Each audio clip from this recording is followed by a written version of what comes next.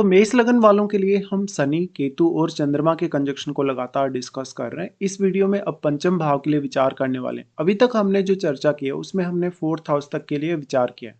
पंचम भाव की बात करें तो अब जो पंचम के स्वामी है यहाँ पे आपके चार्ट में सूर्य है और चंद्रमा यहाँ पे आपके फोर्थ लॉर्ड और सूर्य आपके यहाँ पे पंचमेश हैं, लेकिन शनि यहाँ पे आपके 10th हाउस के स्वामी और 11वें घर के स्वामी होकर यहाँ आ रहे हैं। तो मुख्य रूप से अगर देखा जाए ऐसा कंजक्शन है तो जातक मेंटली बहुत ज़्यादा डिप्रेशन में आ जाएगा, वो बहुत ज़्यादा एंग्जाइटी से घिर जाएगा और वो अपने इमोशंस को बहुत अच्छे से जाहिर नहीं कर पाएगा। ऐसे में जातक अपनी जो मूल क्वालिटीज़ हैं या जो जातक अपनी क्रिएटिविटी है उससे कहीं न कहीं बहुत ज़्यादा डिटैच हो जाता है और वो अपने आप को बहुत अच्छे से रिप्रेजेंट भी नहीं कर पाता। ऐसा जातक बेवजह बहुत ज़्यादा निराशावादिता से घिर जाता है या चिंता से घिर जाएगा या मेंटली बहुत ज़्यादा डिप्रेशन में आ जाएगा। साथ ही साथ जातक यहाँ पर भ्रम की स्थिति में आ सकते हैं, कभी-कभी बहुत ज़्यादा अवसाद की स्थिति भी बन सकती है। जातक का जो मन है वो काफ़ी ज़्यादा अस्थिर रह सकता है और ये कंजक्शन आपको बहुत ज़्यादा अकेलापन भी दे सकता है। बट ऐसा कंजक्शन बहुत मामलों में फेवरेबल भी है। ऐसे कंजक्शन की वजह से आप किसी भी पर्टिकुलर विषय के मामले में बहुत ही ज़्यादा डीपली सोच या विचार कर पाते हैं। ऐसे में आपके लिए कोई भी रिसर्च वर्क आपको करना हो, आपको अकल्ट से जुड़े किसी फील्ड में कार्य करना हो, तंत्र मंत्र से अगर आपको जुड़ना हो, एस्ट्रोलॉजी वगैरह से आपको जुड़ना हो, तो आपको ऐसा कंजक्शन बहुत हेल्प भी करेगा। अब चंद्रमा यहाँ पे शनि के साथ मिलके तो विष दोष का निर्माण कर ही रहे हैं। केतु के साथ जो चंद्रमा है इस वजह से यहाँ पे ग्रहण दोष का निर्माण भी हो रहा है। साथ में शनि और केतु मिलकर यहाँ वैराग्य युति भी बना रहे हैं या वैराग्य योग भी बना रहे हैं। निश्चित तौर पे ऐसा कंजक्शन आपको बहुत ज़्यादा कंफ्यूज कर सकता है। आपको आपकी जो मूल क्वालिटी है, जो मूल एबिलिटी है, उनको पहचानने में बहुत ज़्यादा ईज़ी नहीं रहेगा। ऐसे में आपको खुद पर मेंटली और इमोशनली बहुत ज़्यादा काम करना पड़ेगा। साथ ही अगर सूर्य मजबूत स्थिति में है तो कुछ हद तक आप अपने आप को बहुत बेहतर तरीके से जान पाएँगे। ऐसा कंजक्शन आपकी जो मैरिड लाइफ है इवन उसको भी काफ़ी ज़्यादा प्रभावित कर सकता है। साथ ही साथ आपका किसी से कोई प्रेम संबंध है, किसी से इमोशनली या मेंटली बहुत ज़्यादा आप अटैच हैं, तो उनसे भी आपको ऐसा कंजक्शन बहुत दूर कर सकता है या डिटैच कर सकता है। ऐसे में आपको देखना होगा कि क्या चंद्रमा केतु के ज़्यादा क्लोज़ हैं या तो फिर शनि के ज़्यादा क्लोज़ हैं। चाहे चंद्रमा केतु के ज़्यादा क्लोज हैं, चाहे शनि के, बट आपको मेंटली बहुत ज़्यादा परेशानी होगी। अगर चंद्रमा मान लो केतु के ज़्यादा क्लोज होते हैं, उस केस में आपका जो इंटरेस्ट है अकल्ट वगैरह में वो काफ़ी बढ़ सकता है। बट उस स्थिति में आप अपनी जो मेंटल क्वालिटीज़ हैं उनसे बहुत ज़्यादा डिटैचमेंट महसूस करेंगे और काफ़ी गलत फैसले लेने के लिए बाध्य होंगे। अगर चंद्रमा शनि के ज़्यादा क्लोज होगा तो शनि आपको बहुत ज़्यादा रेस्ट्रिक्शन में रखेगा। आपको एक लिमिट से परे सोचने या विचार करने के लिए बाध्य नहीं कर सकता शनि। इस स्थिति में आपको देखना होगा कि कौन से प्लैनेट का ज़्यादा इम्पैक्ट है और अगर शनि वक्री हो गए तो क्योंकि केतु का जो प्रभाव है, केतु ऑलरेडी वक्री हैं तो उनका प्रभाव शनि पर बढ़ जाएगा। अब मेन बात ये है कि जो चंद्रमा है वो आपके फोर्थ लॉर्ड है। फोर्थ लॉर्ड होने से ऐसा जातक अपनी शुरुआती एजुकेशन में काफ़ी ज़्यादा व्यवधान देख पाएगा। वो हो सकता है कि शुरुआती एजुकेशन को बहुत अच्छे से प्लान नहीं कर पाया हो या उसकी फैमिली का उसको बहुत इतना अच्छे से सपोर्ट ना मिला हो या उसकी मदर का भी उसको सपोर्ट ना मिला हो। चंद्रमा माता जी को रिप्रेजेंट करने की वजह से आपकी मदर के साथ अक्सर किसी न किसी बात को लेके कोई ना कोई डिस्प्यूट होता रहेगा या तो कोई ना कोई विवाद होता रहेगा या तो हो सकता है आप इमोशनली या मेंटली अपनी मदर से बहुत ज़्यादा कनेक्ट ना रह पाए। ऐसा जातक अपनी भावनाओं को बहुत ज़्यादा दबाने की कोशिश करेगा, वो इमोशनली और मेंटली अपने आप को बहुत अच्छे से सामने नहीं ला पाएगा। फोर्थ हाउस में बैठा प्लैनेट इस मामले में आपकी काफ़ी हेल्प कर सकता है क्योंकि वो प्लैनेट फोर्थ हाउस में तो बैठा ही है, वो आपके 10th हाउस पर भी अपनी दृष्टि डाल रहा है। तो इस कंजक्शन में जो शनि है वो आपके 10th लॉर्ड और 11th लॉर्ड है।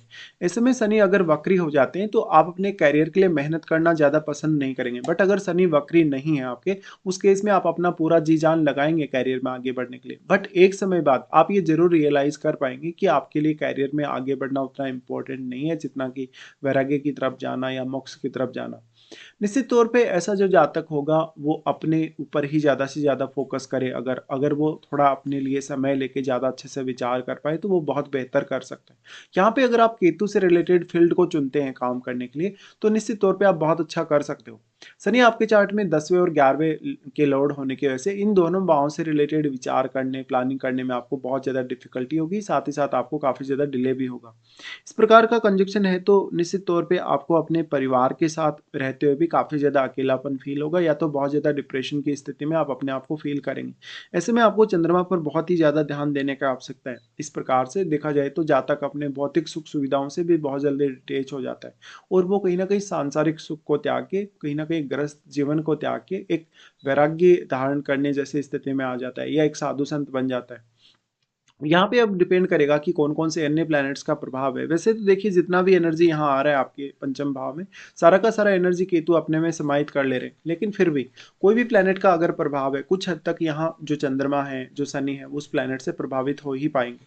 अब जो आपके चार्ट में जो दसम घर में प्लैनेट बैठा है, जो 11वें घर में प्लैनेट बैठा है या इवन जो 4th हाउस में प्लैनेट बैठा है, हालाँकि वो प्लैनेट आपको इन भावों से रिलेटेड कार्यों में मदद अवश्य कर सकते हैं क्योंकि शनि यहाँ केतु के साथ और चंद्रमा के साथ आ गए। तो निश्चित तौर पे आपको मेंटली बहुत ज़्यादा स्ट्रांग बनना पड़ेगा, पंक्चुअल बनना पड़ेगा, बहुत ज़्यादा डिसिप्लिन को भी आपको फॉलो करना पड़ेगा। तो आपके लिए उतना ज़्यादा आसान नहीं है कोई भी प्रकार का रिस्क लेना या कोई भी प्रकार की प्लानिंग करना।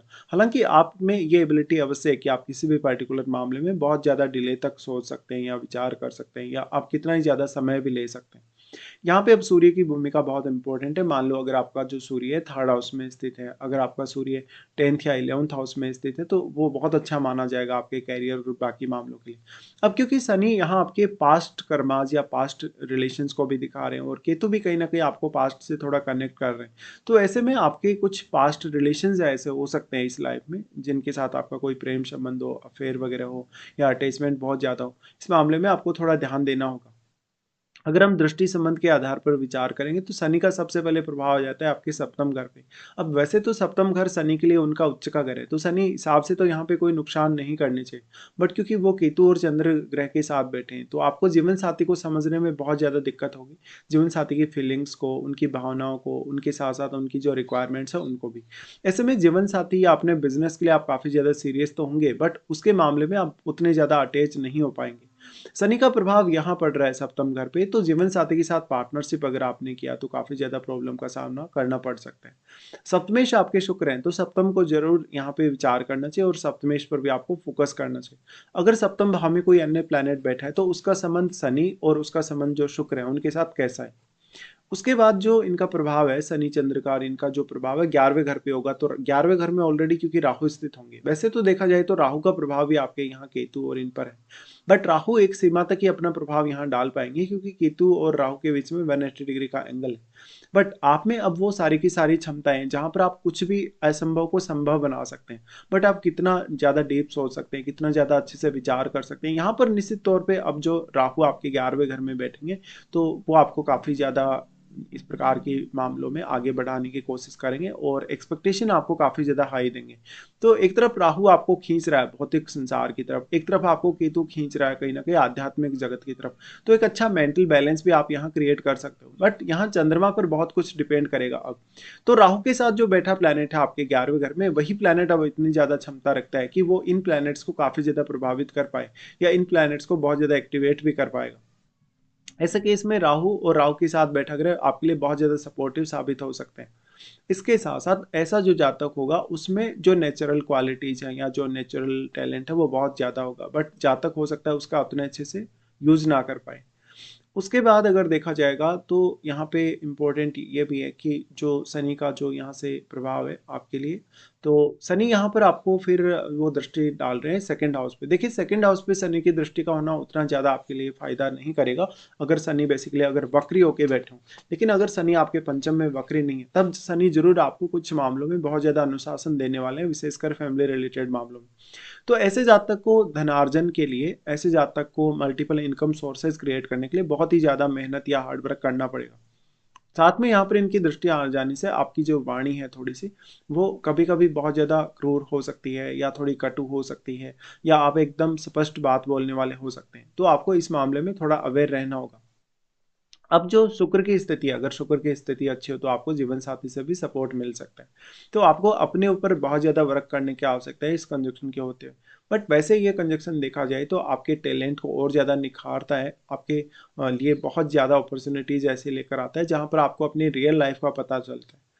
तो अब इस प्रकार का कंजक्शन मेनली आपको मेंटल स्ट्रेस या एंजाइटी की तरफ लेकर जा सकता है, लाइफ में बहुत ज़्यादा नेगेटिव थॉट्स दिला सकता है। तो इसके लिए आप जितना ज़्यादा मेडिटेशन वगैरह का सहारा लेंगे या जितना ज़्यादा आप यहाँ चंद्रमा को मजबूत करेंगे, उतना ही ज़्यादा आपको फ़ायदा मिल पाएगा।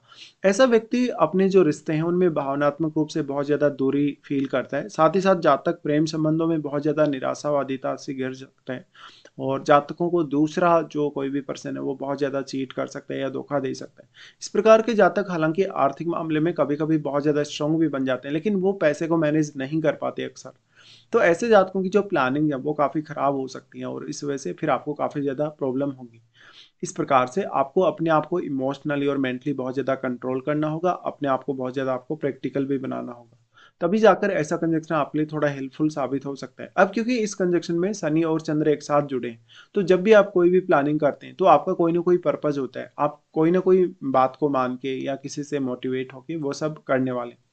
इस हिसाब से देखा जाए तो ये कंजक्शन काफ़ी मामलों में फेवरेबल है वैसे तो, बट ये आपका वर्तमान जो भौतिक जगत है या जो भौतिक संसार है उसके हिसाब से उतना फेवरेबल नहीं है।